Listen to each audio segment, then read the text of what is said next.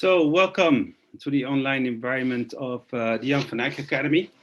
Today we're celebrating the launch of a beautiful book, What Has Left Since We Left, published by Onomatopee and edited by Jan van Eyck alumni Giulio Squallaciotti and beautifully designed by Temp Studio.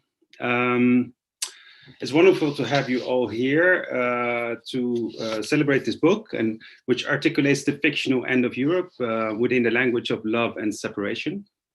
It's also likening the political bonds that tie together the European countries and scrutinizes the complexities and pitfalls inherent in the European ideal. And it touches upon several ideas such as identity, collapse, or migration, conflict, and hope. Contributions by the book are Aiza Zarakol, Marwan Mojaz, Federico Lodoli, Marina Lalovic, and Erika Petrillo. And it's an expansion on a script for a film with the same title, What Has Left Since We Left. Also directed by Giulio and written with Dan Milius and Huip Haaien van der Werf. I would like to thank Giulio and all of the speakers and people who have worked on this beautiful project. And a special thank you also to the Care of Milan, who is present with us today, the organization promoting the project in partnership with us, the Jan van Eyck Academy. And I would like to thank the generous support of the Italian Council 2019 edition and the Fondazione Cariplo. I thank you all for being here tonight, participants and public. I will give now the stage to Erika Petrillo, who curated this event, and she will introduce the speakers for tonight. Thank you very much. Thank you very much, Isham. Sorry, I had a problem with my mic. Perhaps before taking the stage, I'll give the word to Marta from Care of Milan, that also would like to share a few words with us. Yes, thank you. Thank you. And yeah, will say 2 words about Care of. I'm Marta Bianchi, I'm the project manager, and Care of is a no-profit organization for contemporary art based in Milano since 1987. We focus our activities mainly on education and on production of new artworks, activating collaboration with Italian and international institutions. The collaboration with Giulio started longer time ago in 2018 when he won the Artevisione Prize. We actually won with Sky Italia that supports the production of video artworks by Italian artists under 40. So now we are really glad to be here at this presentation and this launch of the book. And last but not least, we would like to thank Giulio for sharing this journey with us. We also would thanks all the professional and the institution involved, and the Ministero of Beni Culturali and Fondazione Cariplo, whose support was essential. Thank you. Thank you, Erika. Thank you very much, Marta, and thank you very much, Care of, for supporting this project. Thank you also to Isham and, of course, to the entire Van Eyck for hosting us, and also especially to Anne for helping us orchestrating this, and to Hamid for taking care so well of the technologies behind this meeting that are helping us connect despite the lack of proximity. And talking about Twitch, this talk has been also broadcasted on YouTube and on Zoom. At the end of the panel, there will be a Q&A with questions from the public. So those who want to intervene can write their questions and comments on Zoom or on YouTube, and we will address them at the end of the evening. And so let's start really talking about this project, this wonderful project. There are many things to say about what has left since we left, which, as every great project, is a multi-layer project with many facets. So perhaps the best way to introduce it is to go over its genealogy and to briefly speak about the key steps of its development. The mastermind behind this project is Giulio Squallaciotti, who more than 2 years ago, at the time when Brexit was still very much part of daily conversation, had the kind of first idea from which everything unfolded afterwards. So when Brexit again seemed to signal the beginning of the dismantling of Europe, and the end of Europe seemed to be not too much of a far-fetched possibility, Giulio came up with the idea of making a movie that, as Isham said before, speculates on the current European dystopia by reenacting a fictional political meeting that takes place actually in the same venue where the Treaty of Maastricht was signed in 1992. But in this place, just 3 politicians are left. Giulio will talk about the movie later, and I don't want to steal his time. But for the sake of this presentation, is I think important to point out to a sentence that for me is crucial in the script. It's a sentence that is mentioned by the interpreter, who is one of the main characters in the movie. And the sentence is, "This is my last chance." It asks for a different approach.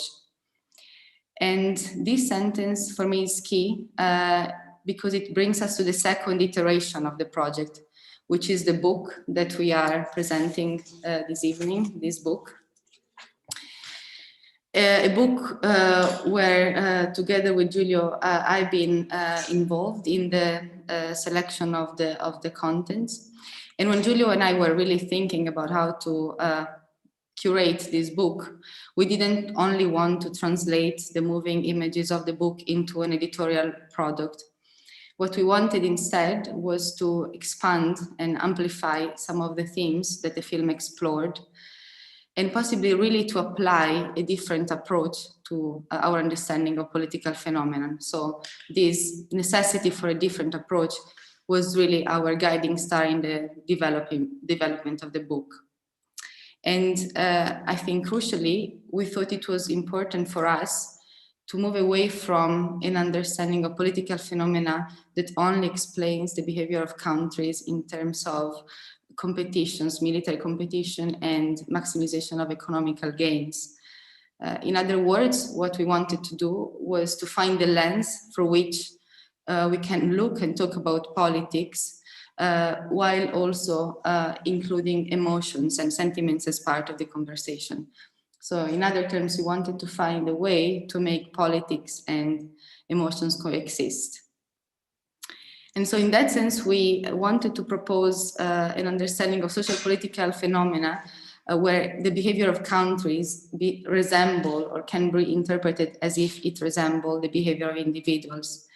And obviously individuals are not just moved by pragmatic considerations and by attempts to maximize their interest, but on the contrary, human behaviors is very much driven by emotions and sentiments such as fear, rage, pride, shame, resentment, acceptance, and so on. So this is the intuition that really lies behind what is left since we left as a book in which we have asked to a number of people from different backgrounds and fields of expertise, representing different sensibilities and geographic epistemologies, to contribute and to reflect on this prompt, how to think about Europe through a metaphor, which is a metaphor of the idea of being together, love and separation, as those trajectories also inform relationship among individuals. And the result is a book which gathers an incredibly rich and diverse collection of contributions. And I think one of the most remarkable features is precisely the kind of vast array of different languages and styles that the authors have employed. We have a text by an academic, Ayşe Zarakol, who is of Turkish origin. She currently teaches international relationship at the University of Cambridge. And her text, in a way, is very academic in its nature. But this is combined by, for example, a text which instead applies a much more poetic, almost philosophical style, which is a text by Federico Lodoli. And we have other 2 texts by Marwan and by Verina that they will introduce later, which apply the language of personal biography, and in the case of Marwan, also the language of the myth to explore the topic. And my contribution instead uses the language of sci-fi to talk about Europe. And I think this stylistic diversity and the difference in perspective is hopefully the first step towards the diversity of approaches that we were mentioning earlier. This bring me to the third iteration of the project, which is Tonight Conference, which is an occasion not just to present the book, but also to expand on some of the conversation that the film and the book initiated. And we have Giulio tonight, of course, with us, 3 contributors to the book, and a guest speaker, Persis Beckering, whose current research deals with the collective melancholia and the loss of the future, using techno music as a lens. And by bringing emotions close to politics, of course, the kind of circle is closed, and her research also ties back to the broader project. So after this overview of the 3 different iterations of the project, I guess I'll give the stage to Giulio, who can speak about the film and the book. Thanks a million, Erika. And again, I want to add myself to the thanks list for who made this possible for this project to be realized. So of course, the Jan van Eyck Academy and Kerof, and all the funds that supported both the film and the publication of this book, as well as this public program, which of course was meant to be live and was meant to be the first of a series of public programs related to the book launch of the publication. So I will briefly speak about the whole concept behind this wide project, which really positioned itself at the cross of fiction within an entangled reality with our daily lives in Europe. So the whole project started, as Erika mentioned, like quite some time ago, like nearly 2 years ago. And while I was resident at the Jan van Eyck Academy, and given the fact that the academy is in Maastricht, I got the chance to visit the venue where the Maastricht Treaty was signed in 1992, and the hall in which was signed kind of resound and echoed those very important moments for European history. But at the same time, the idea that I had while walking through the corridors and through the main hall were given me a feeling of kind of loneliness. It was right the moment in which Brexit was at the peak of its discussion, and the future looked really uncertain. And I kind of immediately thought about setting a film in that room, in which way before any pandemic quarantine ideas had to feature just 3 politicians left alone in this room. And these 3 politicians would have dealt among each others on the chances of closing the European project forever. And in order to do so, by being them from 3 different European countries, I wanted to have an interpreter, so another character being there. Again, this character would be alone as an interpreter being in a translation booth.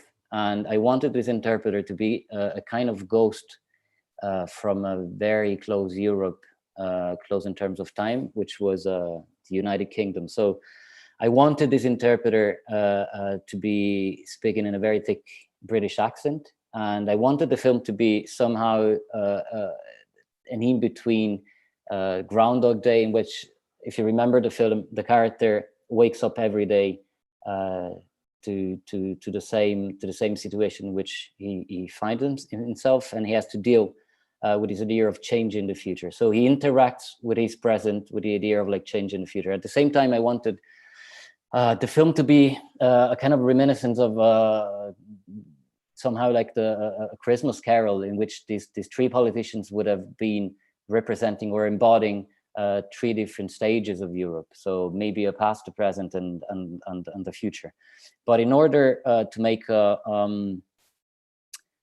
kind of an allegory of the European complexity, I didn't want, of course, to focus on politics in a strict sense of the term, but I wanted it to be really metaphorical. So I thought about setting major European problems within their discourses by driving them into very personal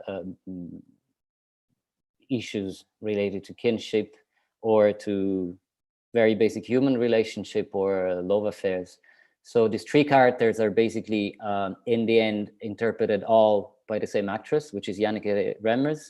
And this character is basically talking to herself, helped by this interpreter. My idea was, firstly, like how decision makers interact among each others, but I didn't want to go on like towards the reality of a real conversation. I wanted it to be, first of all, physically far away one from the other, in a huge room, just three people. And given the fact that the actress is just one, you would never see the entire group of the three.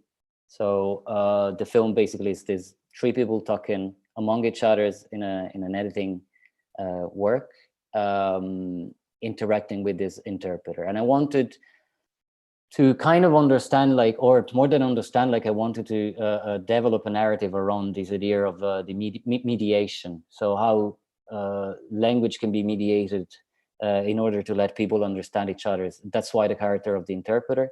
And I even was kind of curious in my imagination towards this future on the idea of what if an interpreter takes over the words of these characters and puts them in the condition of talking for real about their personal issues. So this is a fiction film with all the features of the very classical cinema. There's no kind of science fiction but in the narrative.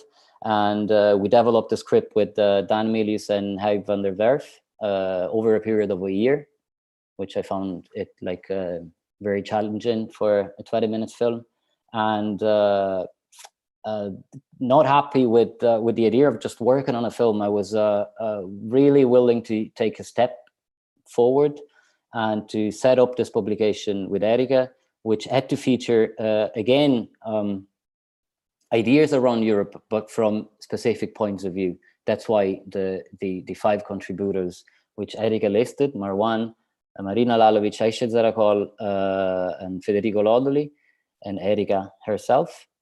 Each one of them should have dealt with the idea of writing within their discipline, but with adding a overlayer of not fiction, but an overlayer of indication, which would have been interpreting Europe as an allegory of love relationships, based them on their personal opinions.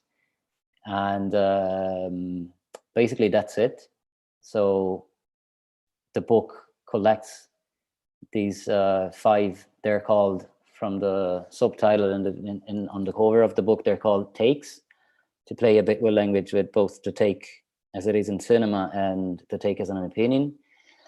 And so you have these 5 contributions. You have the script itself from the film, and I was really surprised by reading the contributions when they were nearly done. I was really surprised on how the text that the 5 contributors wrote, like, kind of entangled with the script itself from the film.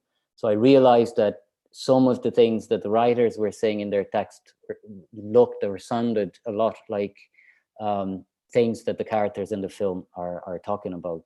And of course, nobody saw the film before, and I haven't read their texts. So kind of as a closing circle, I think that that was really a huge satisfaction for me for when I was holding the book together and reading it. Then the book features like some of the pictures and images from the production of the film. And at the end, there is the only real thing, which is a timeline of Europe written by Enrico de Gasperis, who's an historian. And he underlines major happenings in Europe from Second World War up until Brexit, featuring like, major events like treaties, but even relationships with neighboring countries, so close countries of Europe. So that's basically it. If Erika, if you want to keep on. I suppose it's now Marina's turn to introduce her contribution to the book. Thank you, Giulio. So, hello everyone. I'm very glad to be part of this group and of this evening, and very emotional actually to be part of the very precious project of Giulio Squilaciotti. I wanted to, first of all to spend a couple of minutes just of how come I'm taking part of a small contribution, I must say, from a large project of what has left since we left. Giulio and me, we know each other for many years, but there was one particular moment that our roads came across because my text is a kind of a summary of a very maybe larger project that I made in the world, which was completely different comparing to the times we are currently living in. And actually, it's very emotional to think about the research and the ideas we had about the notion that we are tackling tonight in the world, and a kind of emergency, state of emergency due to COVID that we are currently living in. So going, staying, coming back, a one-way ticket to the first 2 decades of the new millennium, which would be the title of my text in the Giulio's book, edited by Giulio, is the same name of the project, which actually had another form, a radio form. It is a journey made by 5 episodes of the podcast. And the text somehow wanted to summarize the idea of a kind of a living balance that I lived last year, just a couple of months before the start of the COVID, because last year was the moment when I spent exactly the same amount of time on the, let's say, European Union territory, which in my case regards the Italian state, and the same amount of time that I spent in the country where I was born and raised, and which doesn't exist anymore, or former Yugoslavia. So when I reached, let's call this life balance, very modestly saying, I started to think about very basic questions. Basic, considering the complexity of what might be considered the fragmented identity that I think we all reach when we detach from ourselves from the places of origin. So I just started to ask myself where I'm from. Leaving your own country means lacking the broader sense of your life actions. What are the advantages and disadvantages of your fragmented identity? And what is the exact moment of time when you lose the sense of belonging, not only from the country of your origin, but also of the country you are actually spent the same amount of time. So there are different layers of this journey and different layers of this text. The first maybe layer might be entitled Europa nema alternative, which in Serbian, translated from Serbian, would be there are no alternative to Europe. Actually, this was the slogan that somehow follows me through the years, because this was the very important slogan on the streets of Belgrade when I left the country only 1 week before Slobodan Milošević regime overthrown.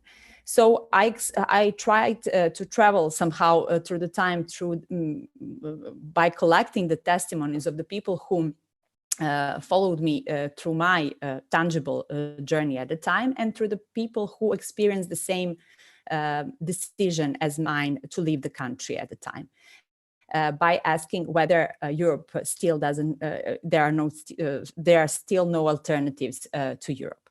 So this is the first layer, which somehow is a kind of a flashback at a time. The second layer might be the idea of Europe and different notions of Europe within the European Union, which brought me closer to the study of Bulgarian politologist Ivan Krastev in his book After Europe. Actually, this is something which might be very related to the current times of how do we consider the Europe with the different notions, and maybe different hierarchies. He's tackling more specifically the question of what we today call the Visegrad countries and illiberal democracy, and what is the notion of imitation. Imitate the West was the point of reference of all this, let's call the other Europe at the time, and today how this, let's call it imitation game, changed through the time. The third layer, which I wanted to tackle, and I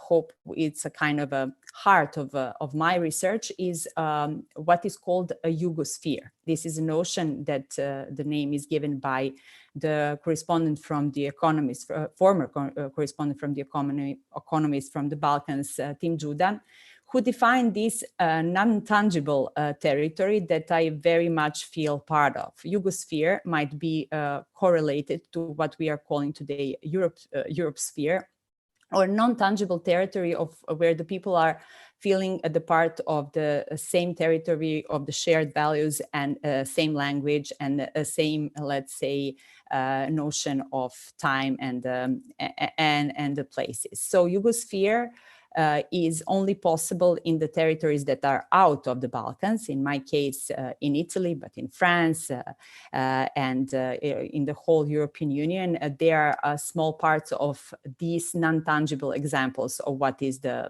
left since we left from the former Yugoslavia.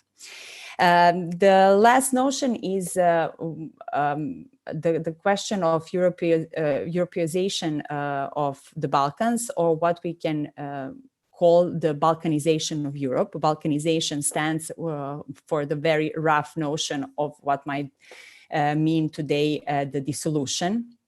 So my study was how come the most developed part of the Eastern European bloc at the time arrived and didn't arrive yet to be part of what is called the European Union today. So different notions of Europe, different layers of what is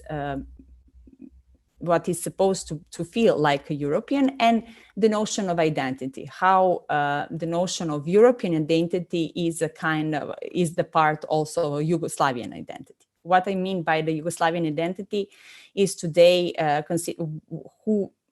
today I try to explore who today is considered itself to be a Yugoslavian and who is considering to define itself to be Serbian or from Belgrade. I started from my personal example, as Erika said before. My journey is most of all the personal journey that try to reflect on the people and the people's identity from the Balkans. But I also try to explore those who decided after many years as me living abroad to come back in the conflict zone, in the particular case in Srebrenica, Banja Luka and Kosovo, and what does it mean to choose to come back. That's why the last part of the title of the text. And the last but not least, the notion of peace. For me, it was very interesting to see not only how the notion of Europe is considered differently, how the notion of identities is considered differently if you come in from this other part of Europe, but also the notion of peace. I was very astonished through these years, and this is just a small layer of thought, maybe food for thought, is to see how European Union is praising, of course, the preservation of peace, the 75 years of peace. So I questioned all my the fellow people from the journey. How do they perceive peace, and how come the peace and the war are not perceived in the same time, referring to the Balkans, considering that the war there finished just 20 years ago, or if we can say it lasted for 1 decade. So the notion of peace, the notion of identity, the notion of this intangible territory of Yugosphere, and starting from the title and the sentence that followed me at the time from the journey of Europa nema alternative, there are no alternatives to Europe, were some kind of fil rouge to all my research. But I must admit that considering that COVID times nowadays, and these months and this year, actually. That's why I'm saying talking about this work this year is particularly emotional. And I know that it's not very healthy to, and maybe not very right to make a parallelism through the time that when I left the country and now, and leaving this state of emergency found me to rethink a lot about the work I did in this particular way and the text I did. And there are lots of parallelism at the time that I was living in the former Yugoslavia. And today, actually, I haven't been coming back for a year now in the Balkans. And this is something that really made me reflect to the notion of how detached you feel from your country of origin, what happens to your identity, belongings, and how the emergency state mix up once again all these notions. So what has left since we left really gives a form to a very complex state of all the people who doesn't necessarily leave the country, but just like this, let's call it comfort zone or the place they were born, and explores in a very healthy and complex way the different layers of belongings. And last but not least, the concept of betrayal. I ask myself whether the choice and the willing, and also the choice of leaving your country means also betraying the broader picture and broader sense of belonging. So the text actually tries to summarize the very complex journey, my personal one and that of the last year. Hopefully it will raise some questions and maybe doubts, and hopefully I think some critics regarding what is considered to be the country that doesn't exist anymore, or the former Yugoslavia. Thank you so much. Thank you very much, Marina, for explaining so eloquently a project that is so complex and so layered, but also so charged with your own personal experience. I loved how you kind of were able to talk and to merge very like reflections and thoughts that is very easy to empathize with, like this sense of nostalgia almost for what was like a project that you developed 1 year ago.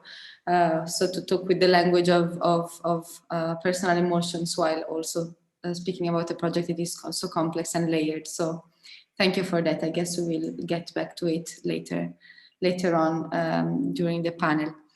I'll also now talk briefly about my contributions to the book, which is a text, a sci-fi text titled Political Tinder. In my approach to the book,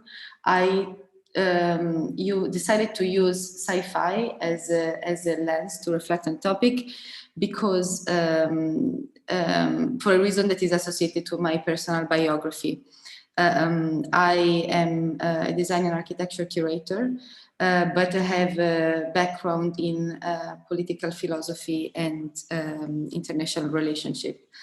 And usually when approaching socio-political phenomena, someone who has a background in political philosophy doesn't dare to employ tools that are not rigorous, academic, incredibly serious. Whereas my intentional decision to use sci-fi was meant to sort of counter and challenge the assumption that we cannot talk about political phenomena through languages other than academic ones. In my text, I tried to unpack the allegory of the idea of Europe as an allegory of relationship by thinking about how people of my generation and even younger than me think about love relationship or emotional relationship, which is oftentimes a way mediated by digital platform. So in that sense, Tinder, of course, comes up as a kind of immediate reference in that case. it is not a coincidence that I thought about digital platforms as mediation of relationship, because I wrote the text, as probably also the other contributor, exactly during the first lockdown. So at the time when obviously most of our relationship were mediated through a screen. So in that case, in that context, the sense of a digital platform mediating relationship was even more relevant. In my text, I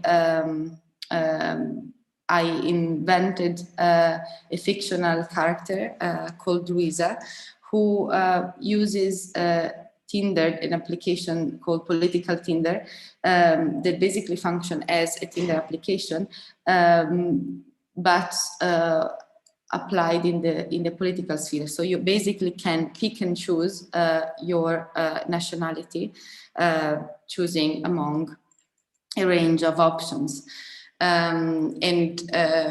What this meant for me, or what this kind of like stood for me, was an implicit criticism to the kind of like silent competition that still exists among countries within the European territory, that even though portray themselves at the surface as very friendly towards each other, actually still put forward some kind of chauvinistic narrative and really sort of like brags about their identity and compete about their identity, almost as if they were competitors on Tinder, try to get on a successful date.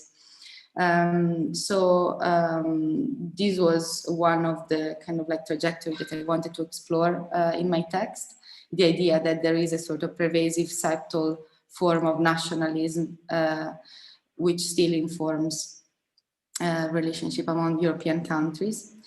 And then the second kind of like axis that I wanted to explore was the idea that there are so many aspects of our life that are dictated by free will. We can choose, for example, whom to date, which actually was not the case a few decades ago.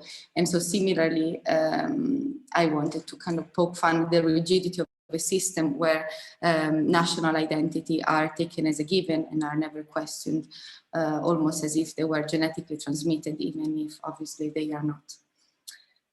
So this is in a nutshell what my text was about. And now I'll give the stage to Marwan. Yeah. Hello. Thank you, Erika. So thank you all for being here, and thank you for Van Eyck, Keroff, Onomatopee, and of course, Giulio. So I got the invitation to take part of this project from Giulio a few months, I think, before we left to gather the Van Eyck Academy, where we were in residency together. And for me, it was a bit awkward to receive this kind of invitation because I'm an outsider to Europe. So I'm from Beirut, I'm from Lebanon, and I'm on European territory since 6 years. So I'm still a stranger on a strange territory. So how to love a stranger in a way? And I started thinking about kind of answer to this question proposed to me by Giulio. So the first thing that came to my mind and that made the structure of the text I proposed was an image. It is known in the mythologies that Europe is a princess kidnapped from Tyre, which is a Lebanese, now part of the Lebanese Republic, Lebanese city. She was a princess from there. A bull came, which is Zeus himself, who became a bull, a very beautiful white bull, came in the sea, kidnapped the beautiful princess, and took her to the European land. And Europa, this princess, gave her name to this new land. So for me, a love relationship began in the beginning of Europe between an animal and a princess, between man and animal. And I created this kind of hypothesis, which is European anyone who is still capable to fall in love with an animal? It sounded a bit awkward at the beginning, and I started just thinking about it. So while thinking about it, the first thing that came to my mind was a visual representation of this myth. So in history of art, the large majority of this representation of this myth depicts a bull with the closed lips, having Princess Europa on his back and taking her to Europe. So this is the image representation of the myth. And then I remember too that a few years ago in Lebanon, we discovered a lot of dead cow in the Lebanese Sea, dying because a ship had an accident in the sea. So a lot of dead corpses of cows were left on the shores, on Lebanese shores. And while trying to watch again these archival images, I discovered that all the cows had their lips open. And then another idea came to my mind, that the possibility to have a communication between the strange land, which is Europe, and my own land, the possibility to situate this relationship in the domain of language, and the possibility to create the most basic element of language, which is a word, which is a harmony between a consonant and a vowel. It is a relationship between going to Europe with this bull having his closed lips and coming back to Beirut, coming back to Lebanon with a dead animal having an open mouth. And for me, I discovered then that the possibility to communicate between those lands is only made possible by this back and forth, by these two ways between Europe's land and a stranger land. And I made a parallel between this image, between this possibility, this travel between a living animal and a dead animal, between a consonant and the vowel to structure the word, between the kind of biographical story, which is the story of the first time I came to Europe, and which is still the same each time I come back to Europe, which is when I arrive to the airport and the policeman tries to read my name on the passport, there is a kind of impossibility to pronounce my name, as if the consonants and the vowel are separated again in his mouth. So as if the dead animal and the living animal were again separated inside his mouth. And to be able to pronounce my own name, in order for me to be part of Europe, we should try to imagine a reconciliation between those two again, between consonant and vowels. So that's how the basic structures of the text started.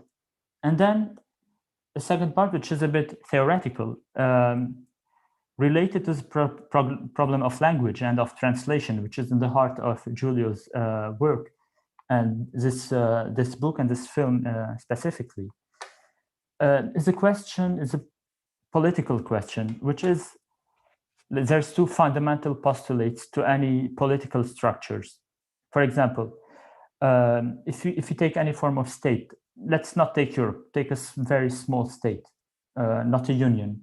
So we have a kind of fact, a postulate, which is the need of people to live together, to be together on one land. This is a kind of postulate, political postulate, which we call a factum pluralitatis, that this plurality is a fact, a kind of fact, a necessity for people to live together. And another one is the factum loquendi, which is a kind of obligation for people to live together, but to speak the same language, to share the same language. For me, as a stranger to this land, I discovered this impossibility to be part of factum pluralitatis and of factum loquendi. And in the text, I tried to invent another possibility, to create another possibility, which is a factum defectum, which is what unites us together, for me as a stranger and with European land, is failure as a fact, in a way.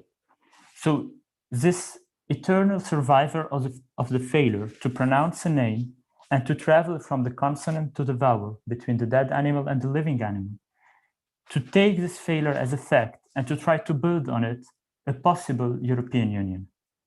So to answer the question, what has left since we left, I think that what has left is this possibility in itself. And the fact that there is something is left is what makes the European Union possible today. This possible factum defectum, this possible failure between us. That's it. Thank you very much, Marwan. This was great. Just a thought to move on. I very much liked what you said at the end, that what unites us is in fact failure as a fact. And this almost replicates, almost literally, a sentence that Giulio uses in the introduction to the book, where he speaks about the notion of Europe as sitting on its own ruins. So this is something I'm sure you would want to come back later. But now I give the stage to Persis Beckering. Thank you, Erika. Yeah, I'm invited here tonight or this afternoon as a guest, just to share some reflections on the book from a more of an outsider perspective, and maybe here and there disrupt with a question. I met Giulio and Erika at the Jan van Eyck Academy, where I was writer in residence a year ago. The topic of my current research, a novel, which is to be published next year.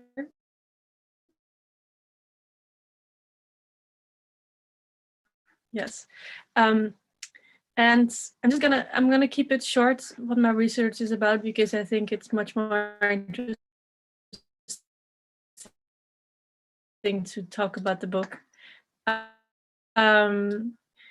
But other things, contemporary collective melancholy, mostly in the context of this novel. And this melancholy that I'm talking about is a sentiment that is expressed widely in contemporary artistic expressions, but also in music, for example, perhaps most overtly in the genre of or sensibility that we call sadcore. And I understand this sadness as something that is as much produced by as a refusal of an all-pervading sense of futurelessness, the feeling that the future won't bring us an alternative. I don't even think it's necessary to give a full explanation what produces this futurelessness, just to name some potential causes is climate crisis, the dismantling of systems of care, collectivity, and social security on a more distant or abstract level, the claustrophobic closed circuit of algorithmic governing that only feeds off the existing material of the present and doesn't allow for the permanence of global crisis. The pandemic is just another one of those. I guess it's this whole picture, this whole map that creates a feeling of being trapped, of endlessly rehearsing the present. Julie already mentioned Groundhog Day as a reference. And I've been looking at a lot of examples in recent culture that express this futurelessness. What interests me about melancholy is the extent to which it can be shared, and if that shared feeling has political potential. A political melancholy for me is a form of sadness that not so much longs back nostalgically to the past, but expresses a refutation of the present. The new possible futures we are longing for, they have never existed.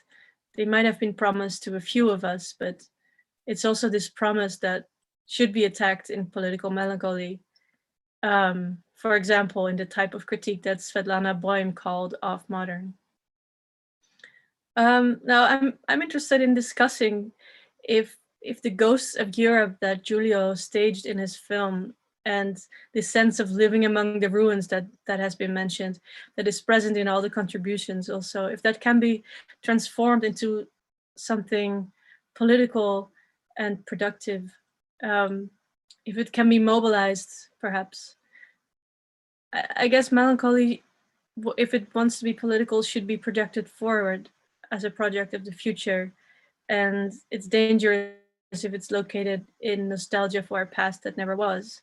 So the idea of Europe at its core has always been a deeply problematic and violent enterprise, carrying the ghost of colonialism and the uncountable that carrying the ghost of the rape and abduction of Europa. That's where it's named after. So yeah, maybe we can discuss this. I relate very much to this idea of Marwan, the factum de factum.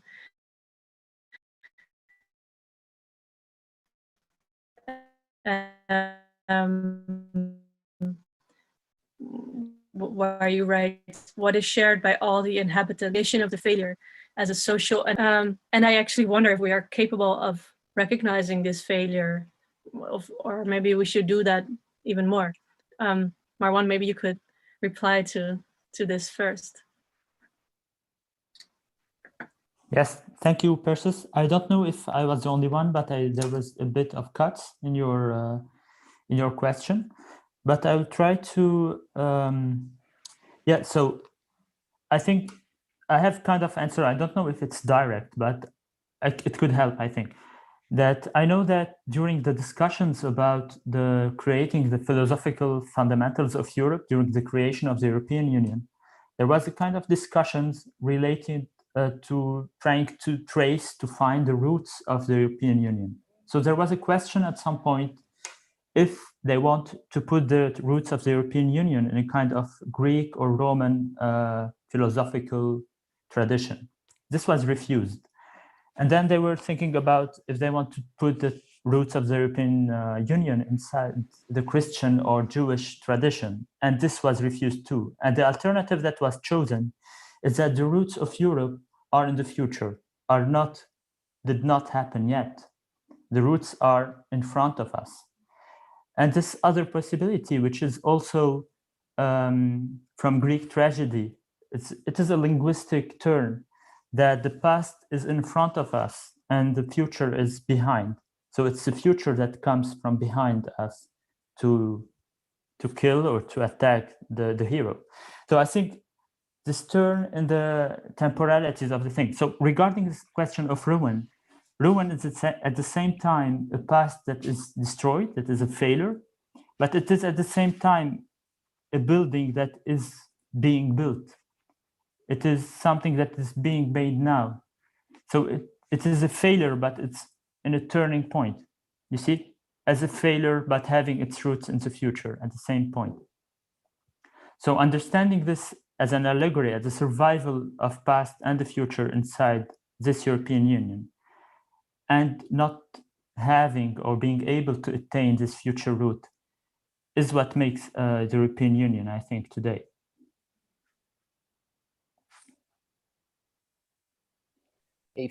Thanks, Marwan. Can I step in, Persis? Because I had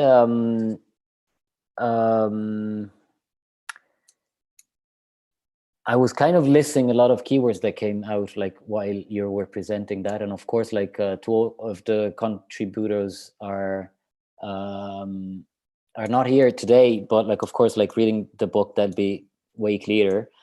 But for example, this idea of repetition, which is both in the film with this idea of decision makers being locked up in a room, having to decide but never coming up with a solution, and keep on thinking and rethinking over and over again about basically what happened, is kind of the focal point of Federico Lodoli's text, which in a kind of list of aphorisms, he entangled the idea of European identity on the basis of war, basically, which means that of course we got together because we destroyed each other's cities during Second World War, and in order for that not to happen again, we had to form and to shape a community of people that would share some ideals.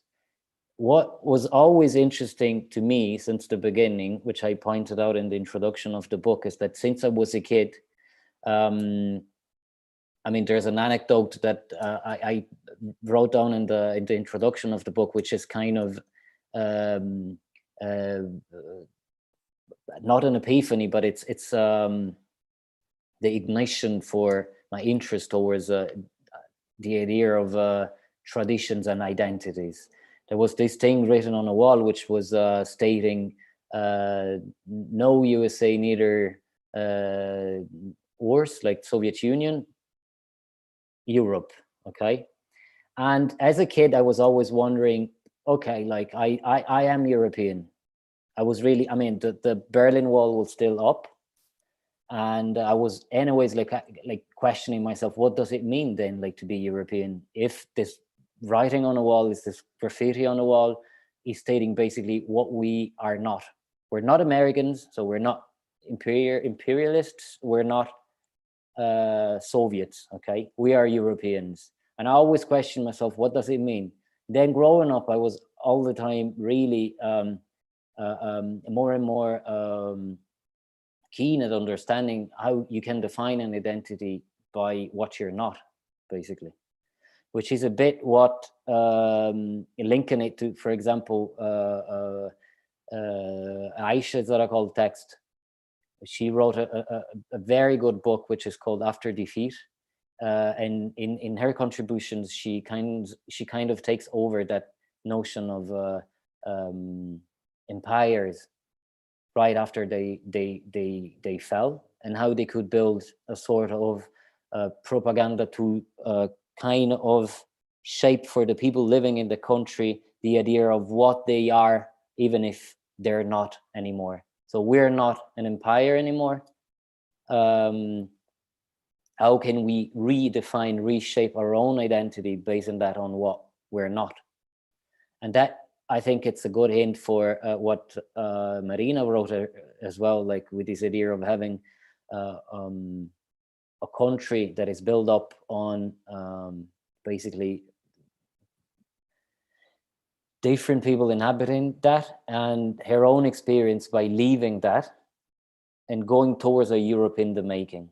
And then by living in that Europe in the making, seeing at that old country that is not there anymore.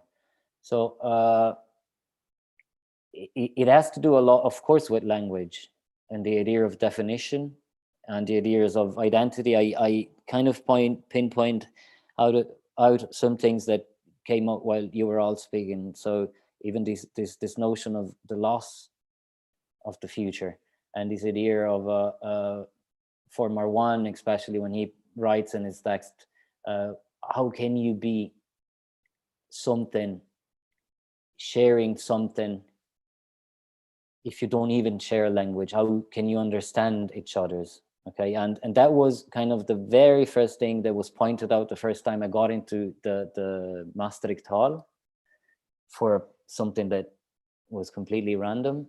But the speakers that day, they were insisting a lot on that idea of a new war coming up. So we kind of shaped our own community on the ashes of a war. Let's not have this happening again. So I think there's the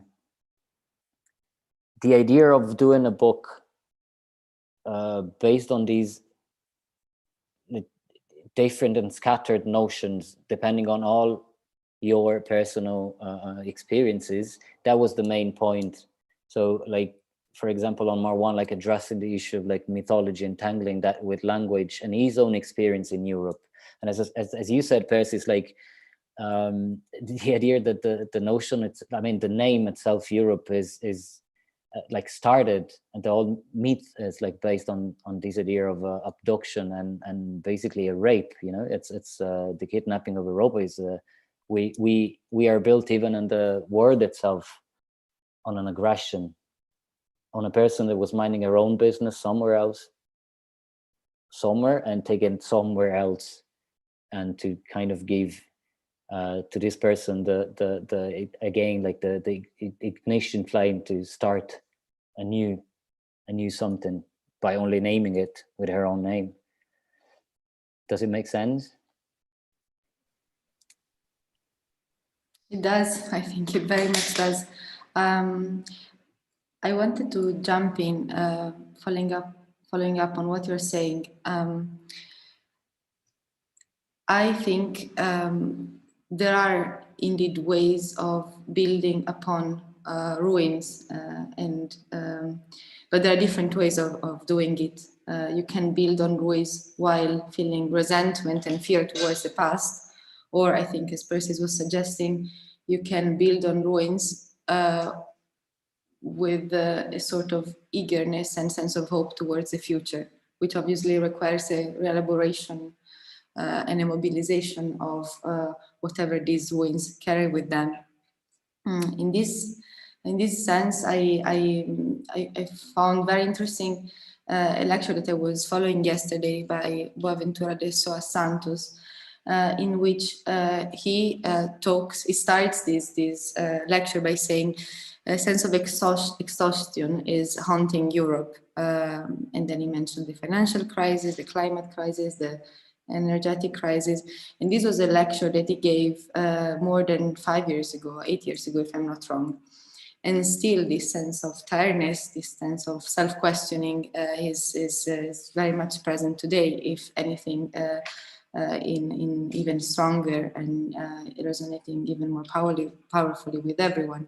So somehow I feel there is this sort of tension that we and frustration that we very much feel, I think, each of us individually and collectively, towards, on the one hand, understanding concepts such as unity and togetherness as positive.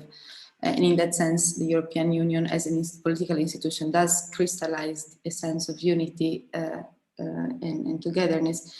On the other hand, knowing what the European version of togetherness also implies, which is the exclusion of others. So we are kind of stuck, especially in a critical time right now, between, on the one hand, feeling that it's important to rely on structures that already exist and somehow keeps us at the surface and keep us floating, while on the other hand, being very aware of all the problematics and all the structural injustices that are crystallized by this very institution. So to kind of rephrase this thought in other words, how do we deal with these ruins? How do we mobilize them without keeping the terrible legacy that somehow is inscribed in them? This is, I think, really the kind of like biggest question for me.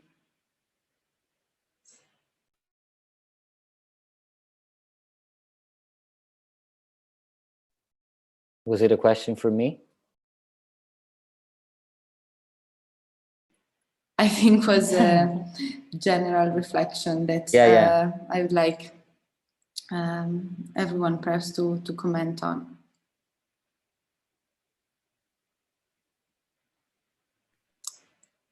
If anyone has something to say about it. Yeah, well, I think it's a question that should be left open. Anyways, but my connection is very unstable, no? We can hear you now, but sometimes you freeze, Percy. So maybe you can stop your video. Okay. Good point.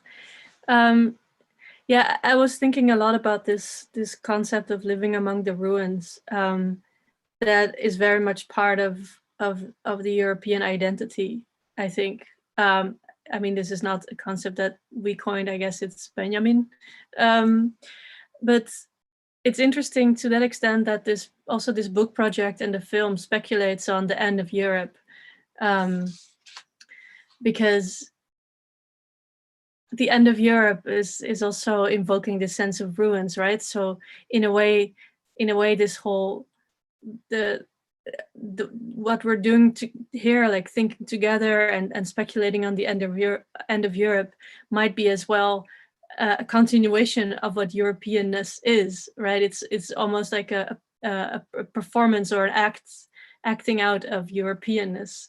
I mean, maybe this sounds very sophistic. I don't want to just play with language or words. It's just it's interesting as a thought experiment, I think, to take this notion of living among the ruins and understanding maybe what that means also. What does it mean to live among the ruins, and how can it be, as I asked earlier, how can it be mobilized?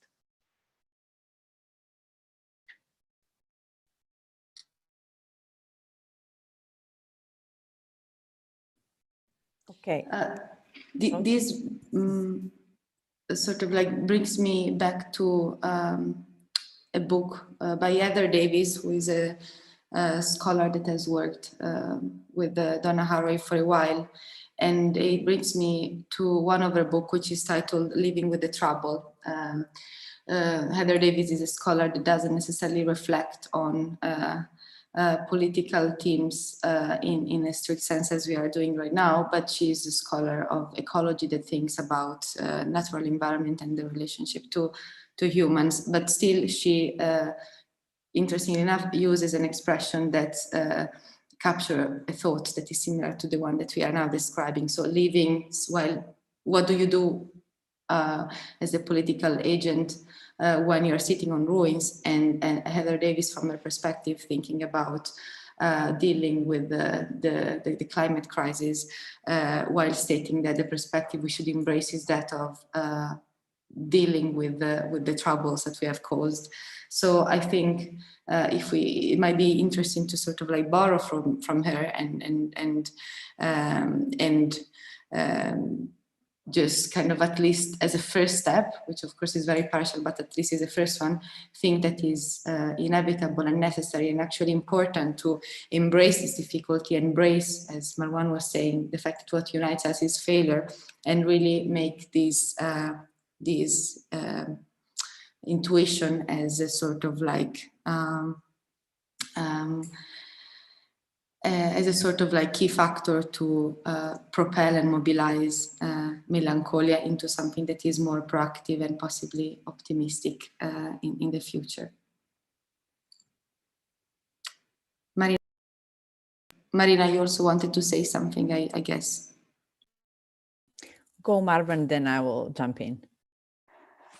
Thank you. I just have a proposition, which is just to try to turn the question around and think, what would ruins feel while living between us? And I think it's an interesting question, because when I think of myself being a ruin and living between Europeans, I can feel myself living between projects, which is the opposite of the ruin, because ruin is something that happened but is not anymore. And project is our situation now as European, or people sitting in the European Union, people being projected outside the time of ruins, outside now.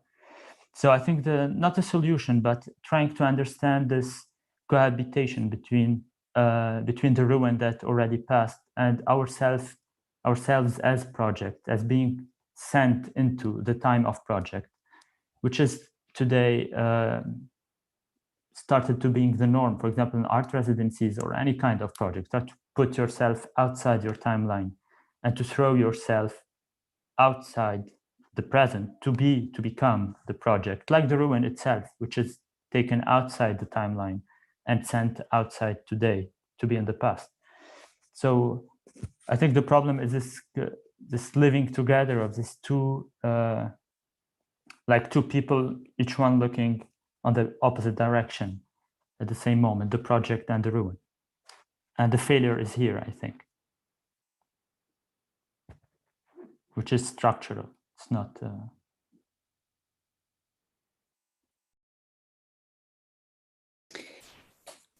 I just wanted to jump in regarding the notion of European Union with regards to, okay, the text, my contribution, and like, and also maybe some positive idea of European Union, if I might, positive, it's not because all this discussion wasn't so optimistic, but maybe I'm too on the, like, very rational, not so, let's say, very rationally speaking, I was tackling the model of Yugoslavia as the anticipation of a dream, but also the anticipation of the nightmare, as like the worst nightmare is the solution, which I called balkanization. And on the other hand, which I really found interesting, the words of Marwan regarding the metaphor of ruins and European Union, and also one of the sentences that I mentioned of one of the writers of the former Yugoslavia, who said, Andrić, who said, it's easier to die in the land where you don't have an accent. And I really found myself very attached to this sentence because I feel very emotional. I speak different languages, and in every of these worlds, I have an accent. And the only world where I don't have an accent is my mother tongue. And I feel emotional, you know, when after so many years you speak your language without an accent, and you feel emotional because, as you, Marwan, use this word, you don't feel, ruin is a bit like maybe too much for me, like you don't feel detached, you don't feel a foreigner. But for me, it lasts just a couple of minutes. Then you understand that the shared values and the shared spheres, which I really call the Yugo Sphere, but we can call it Anglosphere, Francophonie, German sphere, are more important. The idea of belonging, the shared values are much more important of not having an accent or not considering yourself in a tangible way as a foreigner. And when I'm saying about the positive perspective about the European Union is that, yes, when I, as Giulio said, look back to the country that doesn't exist anymore, but there are lots of other countries existing now, they're still longing to be part of this territory. You know, the people, and they are still very close former Yugoslavian republics who are not longing. Their project and their political promises are still being part of the European Union. So there are jokes in the Balkans saying, okay, we will come when the party is over. So we will join once again when everything is dissolved. My observation is, you know, the freedom, the biggest freedom is is not to do things. And I think that the biggest freedoms are still on this territory, and the positive, maybe we are lacking the positive narrative of the positive aspects of this union, very rationally speaking. And considering that, you know, European Union as such is still a dream. And actually, when I was saying, when we are rephrasing it and reframing it in the times that we are living in, I'm once again, as Marwan said, feeling as a foreigner ruined, let's say, because I have a freedom of movement just within the European Union. And my country is outside the European Union, and I feel like I'm living in Alaska. So it's the same, the difficulty to reach my country of origin.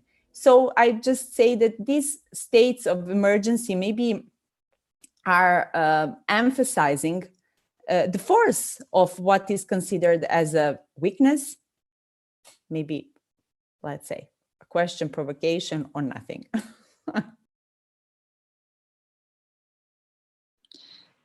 Well, I wanted to jump in. First of all, thank you for bringing the conversation on a lighter tone, a bit more optimistic.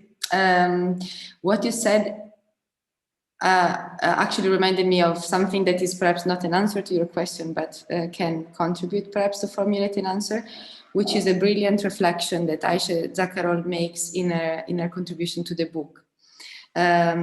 In the book, she points to a weakness in this assumption that we've made that we can talk about the European Union as using the metaphor of a family.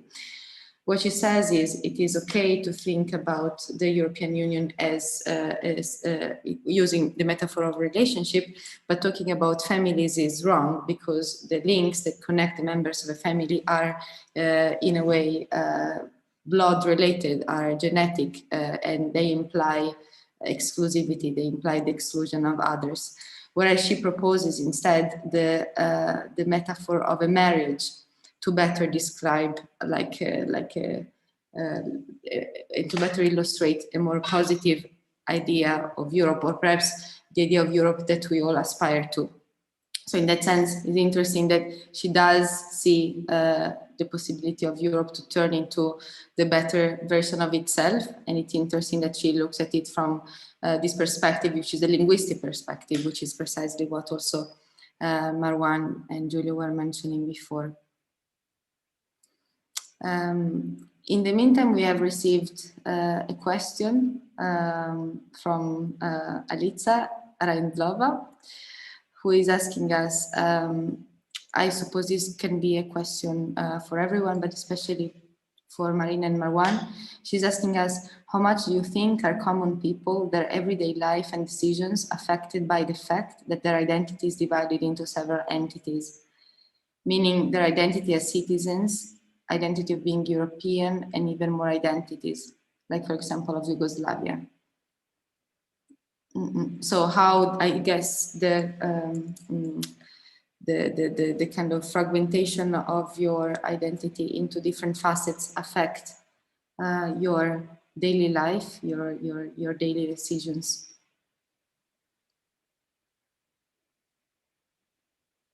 Shall I answer?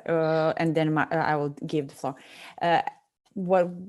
Tell me, okay, you want Marwan first or? Oh no, please, go on. Okay, no, it's interesting because while I was reading Marwan text, and I really, because while I was writing mine, I was inspired by Amin Malouf, who is actually a Lebanese and Franco-Lebanese writer, who wrote lots about identity, and he took as a point of reference the Yugoslavian identity as a multi-layer transformational identity. And the answer to the question raised would be maybe the example he's posing of how would be, for instance, asking the person from Sarajevo, where is he or she from 25 years ago and today. So you see how these identities change through time, of course, with the war, the religion and the nation and the state became more prioritized. So for today, how will this person define himself if we meet him in the same place 20 years hence? Which of his affiliation will he put first? The European, the Islamic, the Bosnian, the Balkan connection, perhaps? It's better not risking a prediction. All these factors are part of his identity. And it's exactly the answer. But I might just answer with my personal dilemma. One of them, and I'm writing in the text, one of the most difficult questions to answer is when they ask me where are you from? Then I'm forced to choose, and choosing means sacrificing.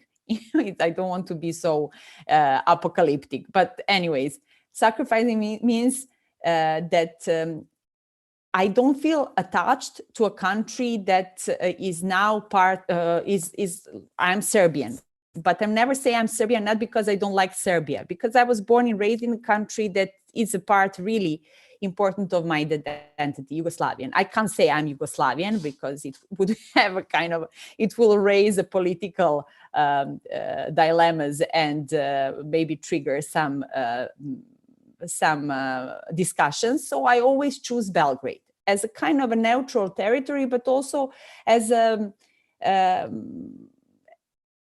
an answer of a very complex question. So Belgrade was a capital of the big country, as Yugoslavia becoming a capital of a small country, but it's the only identity I'm feeling now attached to. But Yugoslavian identity might be really a kind of an example of multi-layer European identities in a different way, of course. And I define myself European. You feel more European when you are outside Europe, right? When you go to the States or wherever, they classify you as a European. You know, if I say I'm Serbian, where is that? It's not because I'm insignificant, but it's a former Yugoslavia, then it's more easier to define it. I'm just saying that all these identities are as important as the Belgrade one, the Serbian one, the Yugoslavian one, the European one, as it is put in a Malouf example. And okay, the war in the former Yugoslavia forced in a very harsh way this multi-layer visibility, but I think it doesn't have to be, fortunately, the war to coexist, to make coexisting all these layers. I hope I was comprehensive in this. Thank you. Yes, I just have a possible answer. It's not a clear answer, but a kind of path trying to open, which is regarding these multiple identities, which is also a political fact now, just interesting to think about, is that an identity today is given by birth. So it is given by the birth of the body. And I believe that it's interesting to think about this thing related to what Erika was speaking about, genetics and family, that an identity is given by the body. It should be held by the body. And these multiple identities are interesting, could be interesting to think about them regarding the body. So regarding the question of the body, the desire, etc. So multiple identities could be, we could think about them with this kind of creating kind of location of identity inside the body. So how to think about identity while being outside, while having the body outside a place. For example, during the last year, I told you, I'm Lebanese. During the last year, there was huge revolutions in Lebanon. And on the 4th of August, there was a very big explosion that destroyed half of Beirut. Am I Lebanese? Was my body not affected by this? Am I Lebanese? But I was Lebanese because my body was born in the city that was destroyed. But how Lebanese I am today? So the answer could be in the body itself and in the desires that could be born inside the body too. So trying just to locate it.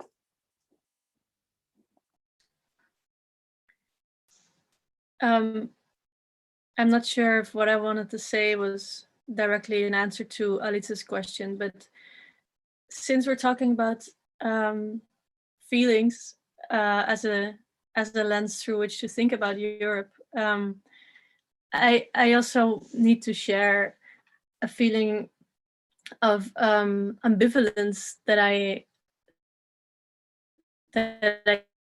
keep having while we're talking about Europe and thinking about Europe. I'm going to turn off my video for the sake of connection. I mean, in a way, I think it's great to be European. I feel European. I have so many privileges as a European. I can travel freely through many countries. There's, I can pay with my card everywhere. Being Dutch, I have some form, at least still remaining form of social security. It's great. But then, this Europeanness is based, we were talking about ruins, it's also based on the exclusion of so many others. It's based on colonialism, it's based on violence. It's like within the fort, it's quite beautiful. Of course, it's also problematic within the fort, but what we're leaving outside is just nothing but traces of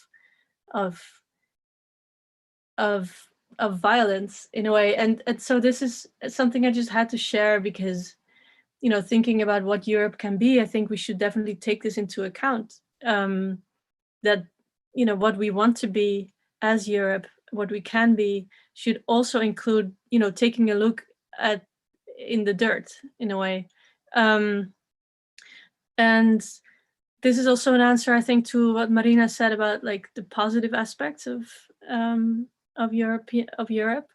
And yeah, then another thing that it brought me to think about Édouard Glissant. I guess you all know him, the French writer from Martinique, who in his Poetics of Relation wrote about the right for opacity.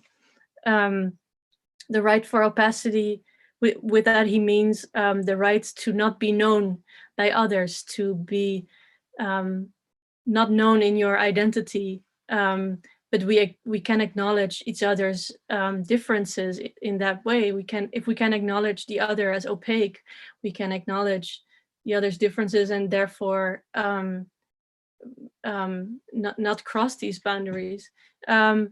And this was a thought I had when talking about being a body that carries multiple identities, and being questioned, who are you, where are you from? I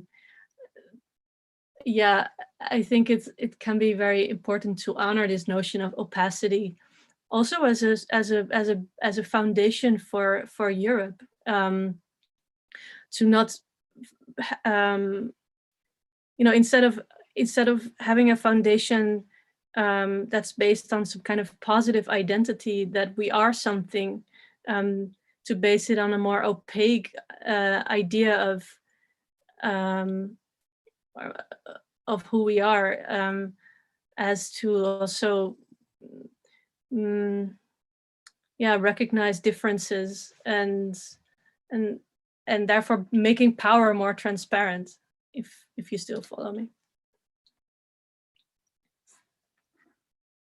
Like if I can step in, I think it's interesting to retrace a bit things that came out like so far, not in general, but like the ones that kind of got my attention.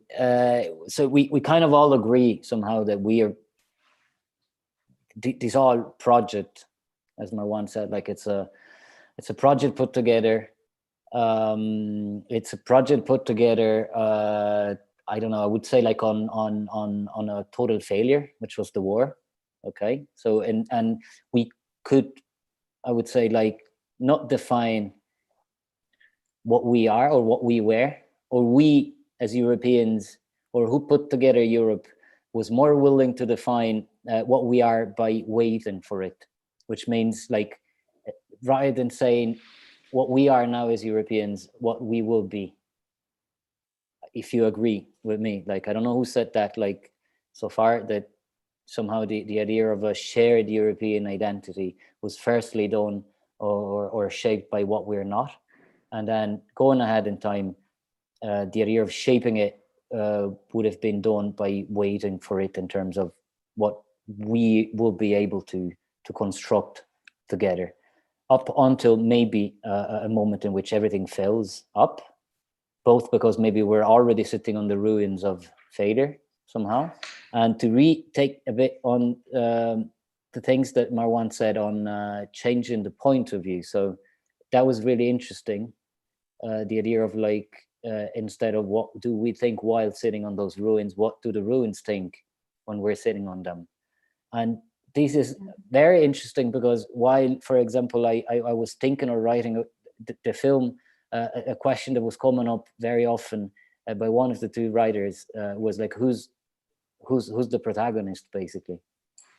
And one thing I was really interested in was the idea of the space itself, the room where that treaty was signed in 1992, in which then the film is set. And I always thought about the room as an empty room, which is basically a ruin. You know, it's something that collapsed, basically.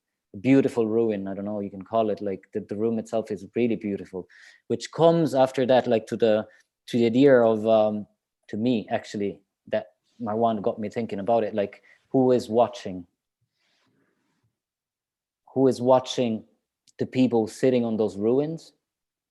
So what is the audience of this identity in construction, if that makes sense? Like who's the audience? Like the ones out of the borders of Europe, willing to sneak in to see, so is it that Europe? Do you know what I mean? Like, I'm willing really to cross that. Crow, please allow me to be European. Once I'm in, is it really as I expected that? So the idea of having like a womb, basically, of a holder, I don't know if that exists as a word, but the idea of having a room which is basically empty, and a room which is echoing voices of the ghosts of all the kind of identities of Europe. And that idea of, from the question there that was on YouTube,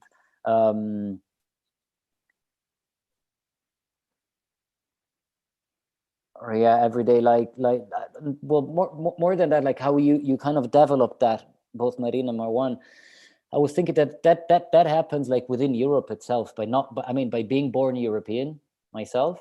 I always had to readapt myself to places I lived in Europe, which means like getting along with it. And the more I am at home, the more I feel European. The more I travel within Europe, with all the freedom we have, as Persis was saying, like that really kind of make the borders falling down in terms of proximity. It allows us to, be more present here and there. Well, before the COVID, and that kind of helps to get closer to the idea of being European with a Dutch, with a French, with a Portuguese, whatever.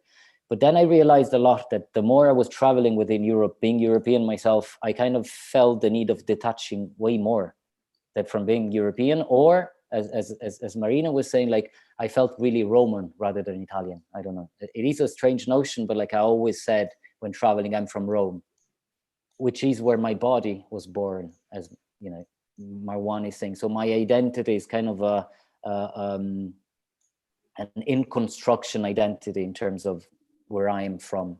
Because after living in the Netherlands, I kind of felt and got along with the way of doing things there. So I think it's a very subjective question, the one on like the multiple identities of traveling. And I do agree with Marina when saying like the time I felt European at the most, like it was when being in the US, for example, of like not having ever somehow felt the need of saying I'm from Rome, I'm Italian, I'm from Europe, which again, it's a definition of what by saying I'm from Europe means like I'm not from the US, if that makes sense, which is still a definition of your identity by stating what you're not. If I can jump in, what I take from what you're saying, Giulio, is that if we need to perhaps pose a better way of identifying ourselves with the notion of Europe, we should really be open to this understanding that our identity are not rigid, but should be instead as open and fluid and possible, then gathering simulant contributions that go beyond and above the very rigid geopolitical limits of what Europe is. So it's important if we want to achieve a better Europe, so to say, that we speak about what is European also with people that are not formally part of Europe, as it is happening exactly right now. It is important that we kind of take the time to reflect on the legacy of injustices that Europe is entrenched with. It's unfortunate that we have to close this conversation, but it's now time to conclude. I think we have touched upon very interesting idea. There is this notion of opacity that Persis mentioned that I really think is quite illuminating. And there is also this notion of taking the perspective of the ruins that Marwan has mentioned before. And I think another thought that we can add to it is that not just we should take the perspective of the ruins, but also remind ourselves that ruins are a socially constructed concept. Ruin in themselves are what we decide are the ruins, and are what we, and they can be romanticized, as in the case of most European monuments, when ruins are celebrated and kept as ruin, or they can be somehow fixed to provide the foundation for another kind of building. So perhaps we can really think about it as a kind of like final metaphor to think about how we could possibly contribute to make the notion of Europe more inclusive and more attuned to our multicultural times. And as to say, like with Persis' words, I think I really like that of the opacity, and as well, like when you said like it is kind of a performance. It is like an ongoing performance which looks for, I don't know, this Godot, which is the identity basically, which has a lot to do, of course, with failure and failing again. And what was else? Yeah, I really like that idea of the ongoing performance, like which kind of attaches again with Marwan with the idea of what are the ruins thinking. So I think the ruins are kind of the spectators of this performance. Mm-hmm. So that's it. I think so. Thank you so much to everyone. Yeah, really. Thanks a million. Thank you for having us. Thank you so much. Thank you. Thank you. And hopefully we'll meet in person soon. Yeah. Fully. Bye, guys. Thank Ciao. you so much, Bye. everyone. Ciao. Thanks Thanks a to million. everybody. Bye. Bye bye. Bye. Thank you. Bye. Ciao, ciao.